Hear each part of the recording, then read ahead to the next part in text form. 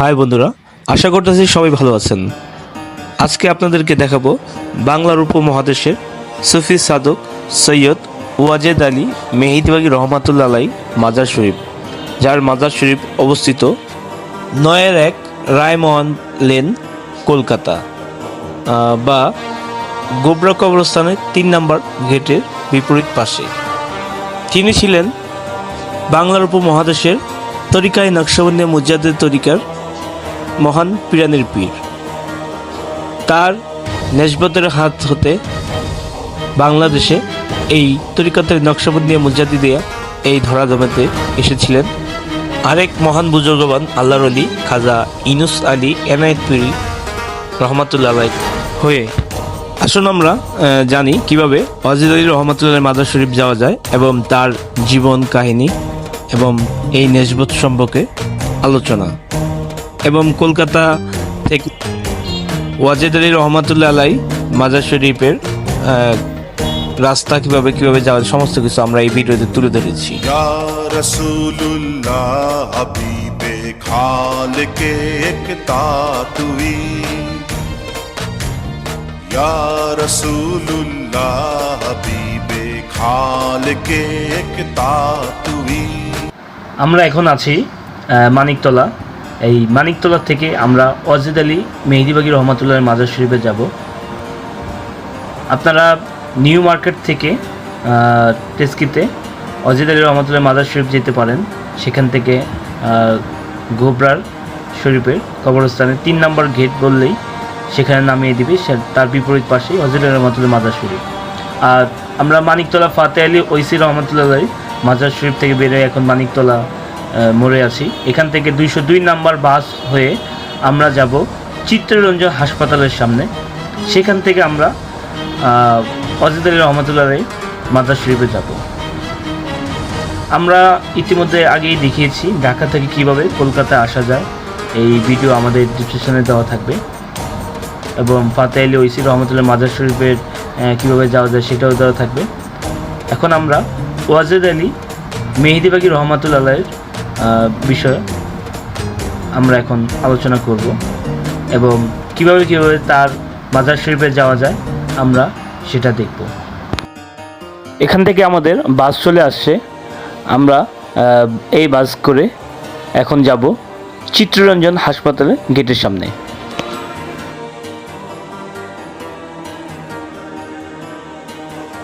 এ হলো গোবরা কবরস্থানের গেট, আর পাশেই বাম পাশে চিত্তরঞ্জন হাসপাতাল, যেটা কলকাতা ন্যাশনাল মেডিকেল কলেজ নামে পরিচিত। সেটা চিত্তরঞ্জন হাসপাতাল বলে এক নামে সবাই চেনে। এই গলি রাস্তা দিয়ে আমরা সোজা এখন যাব ওয়াজেদ আলী মেহিদিবাগী রহমাতুল্লাহ মাজার শরীফের প্রাঙ্গণে। আসুন আমরা এই ফাঁকে তার কিছু তথ্য জেনে নিই। হযরত শাহ সুফি সৈয়দ আলী মেহিদিবাগী ঐসি রহমাতুল্লাহ মাজার শরীফ ৯-১ রায়মোহন বসাক লেন, মেহিদিবাগ, কলকাতা, ভারত।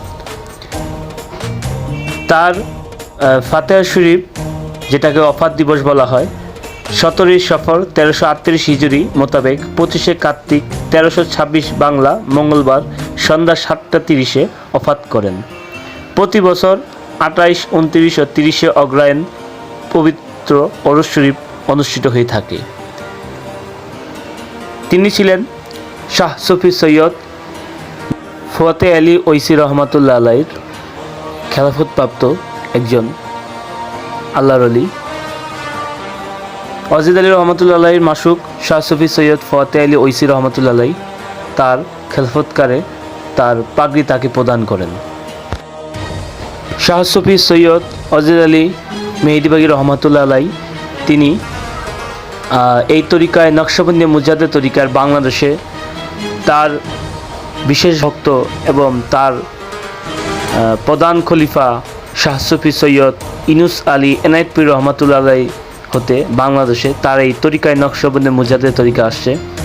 সেখান থেকে অসংখ্য এই তরিকার প্রচার হয়েছে। যুগে যুগে আল্লাহর ওলিরা আসেন পাপি তাপি মানুষদেরকে হেদায়েত করার জন্য। তিনি ছিলেন মহান একজন সাধক ওয়াজেদ আলী রহমাতুল্লাহ আলাইহি। তার মাজার শরীফের চারদিকে হিন্দু মানুষের বসতি, মুসলমানও আছে, কিন্তু এই চারদিকে হিন্দু মানুষের বসতি অবস্থায় তিনি তার এই তরিকায় নকশবন্দি মুজাদ্দেদ তরিকা প্রচার করে গেছেন। এবং তিনি যে এত বড় একজন আল্লাহর ওলি ছিলেন কিন্তু কাউকে কখনোই বুঝতে দেননি। তার ভিতরে দুনিয়াদারি কোনো চাকচিক্য ছিল না, দুনিয়াদারি কোনো লোভ ছিল না। তার সম্পত্তি মানুষকে বিলিয়ে দিয়েছে এবং মানুষকে সত্য ও আল্লাহ রাসূলের সন্তুষ্টির পথে আহ্বান করে গেছেন। তার এই মাজার শরীফের অসংখ্য মানুষ জিয়ারত করতে আসেন এবং তার পাশাপাশি হিন্দু মানুষরাও তাকে অনেক শ্রদ্ধা করে, তার কাছে অনেক কিছু নিয়ত করে।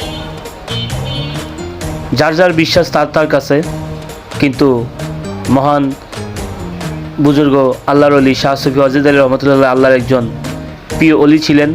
সেই জন্য তার ওসিলা নিয়ে প্রার্থনা করলে আল্লাহ নিশ্চয়ই দোয়া কবুল করে। মানুষের এই আশা নিয়ে তার রওজা শরীফে জিয়ারত করেন। তার এখানে কোনো মাজার পূজা হয় না, তার এখানে কোনো উল্টাপাল্টা কোনো কিছুই কাজ হয় না। সেখানে সুন্দর সুস্থভাবে জিয়ারতের উদ্দেশ্যে মানুষ জিয়ারত করে এবং আল্লাহর ওলির উসিলা নিয়ে আল্লাহর কাছে দরখাস্ত করে। তিনি এত বড় একজন বুজুর্গ আল্লাহর ওলি ছিলেন, তার জীবনীতে অনেক অলৌকিক ঘটনা রয়েছে। এখনও যারা তার মাজার শরীফ জিয়ারত করতে যায় তাদের মনে অফুরন্ত শান্তি বর্ষিত হয়। অজান্তে কি জানি এক শান্তি তাদের মনে বিরাজ করে। এই ওয়াজেদ আলী রহমতুল্লাহ আলাইহির এই মাজার শরীফের এই সরু রোড ধরে আমরা যাচ্ছি। সামনে রেল লাইন পড়বে, রেল লাইনের পরই ওয়াজেদ আলী রহমতুল্লাহের মাজার শরীফ। আর রেল লাইনের পরই একটা মসজিদ আছে। এই মসজিদটা ওয়াজেদ আলী মেহেদী রহমতুল্লাহ আলী প্রতিষ্ঠা করে গিয়েছিলেন তার জামানায়। এবং তিনি যে এত বড় একজন আল্লাহর ওলি ছিলেন, তার জায়গায় অবস্থায় এতটা চাপিয়ে ফেলছে মানুষ, তার রওজার অবস্থান বোঝাই যাচ্ছিল না। আশেপাশে অনেক কলকারখানা হয়ে গেছে।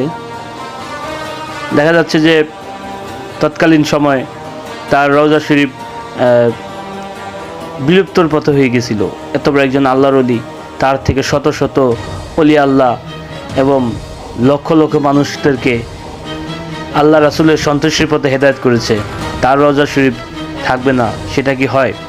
তৎকালীন সময় খাজা ইউনুস আলী আনারপি রহমতুল্লাহ আলাইহি তার সহধর্মিনী বুজুর্গ মাতা খাজা গুলেনী রহমতুল্লাহ আলাইহি আদেশে খাজা ইউনুস আলী আনারপি রহমতুল্লাহ আলাইহি বুজুর্গ সাহেবজাদা, ছোট সাহেবজাদা খাজা মুজাম্মেল হক শ্যামলীবাগী এনআইপি রহমতুল্লাহ আলাইহি এই মাজার শরীফ সংস্কার করেন।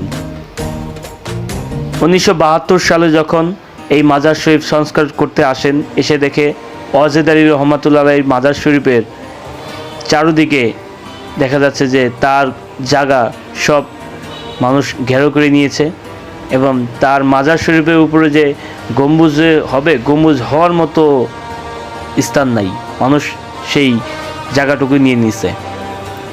তখন খাজা রহমতুল্লাহ আলাইহি তাদের সাথে অনেক কথা বাকবিন্দ করে এবং এই মহান বুজুর্গ আল্লাহর ওলির রওজা শরীফে সংস্কার করার জন্য দেখা যাচ্ছে যে অনেক চেষ্টা করে তৎকালীন সময়ে অনেক কষ্ট করে তার এই রওজা শরীফ প্রতিষ্ঠিত করেন।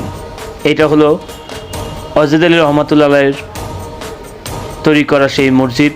এই মসজিদ এখন কাজ চলতেছে। এটা হলো তার মসজিদ। এটা ওয়াজেদ আলী রহমতুল্লাহ আলাইহি এই জায়গা তিনি দিয়ে গেছেন এবং পাশেই তার রওজা শরীফ জায়গা তিনি অবস্থান করে গেছেন যে এই জায়গার ভিতরে তার রওজা শরীফ হবে। সেই রওজা শরীফের কাজ সংস্কার করেছিলেন তৎকালীন সময়ে খাজা এনায়েত পীর রহমতুল্লাহ বুজুর্গ সাহেবজাদা, ছোট সাহেবজাদা খাজা শাহ মুজাম্মেল হক শ্যামলীবাগী রহমতুল্লাহ আলাইহি। এবং এটাও আগের অবস্থান থেকে এখন সংস্কার করতেছে এই মাজার ওয়াকফ কমিটি। আগে দেখা যাচ্ছে যে এই মাজার শরীফের অবস্থানটাই ছিল না। খাজা মুজাম্মেল হক রহমতুল্লাহ আলাইহি অনেক কষ্ট করে পরিশ্রম করে এই মাজার শরীফ সংস্কার করে গিয়েছিলেন সেটার ছবি আমরা পরে দিচ্ছি। এটার অবস্থানটা এখন এরকম আছে যে এখন কাজ করতেছে এই পশ্চিম সংস্কারক কাজ করতেছে এটার এই বোর্ড। এই হলো ওয়াজেদ আলী রহমাতুল্লাহ আলাইহির মাজার শরীফ। এই মাজার শরীফে অসংখ্য অসংখ্য জিয়ারতের উদ্দেশ্যে আসে এবং তার এই মাজার শরীফ সংস্কার করে খাজা গুলিনুর রহমাতুল্লাহ আলাইকে যখন জানানো হলো, তখন খাজা গুলিনুর রহমাতুল্লাহ আলাই তার মুর্শিদের জন্য এই একটা কবিতা লিখেছেন। এই কবিতাটা এখানে লাগানো ছিল।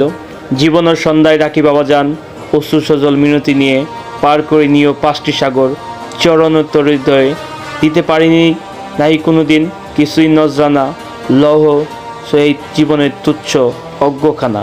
রাসূলের প্রিয় বন্ধু তুমি, তৌহিদ আলা নূর, নাহি ভুলি যেন পরকালে, এহকাল পরকালে দক্ষিণী গুলুনুর।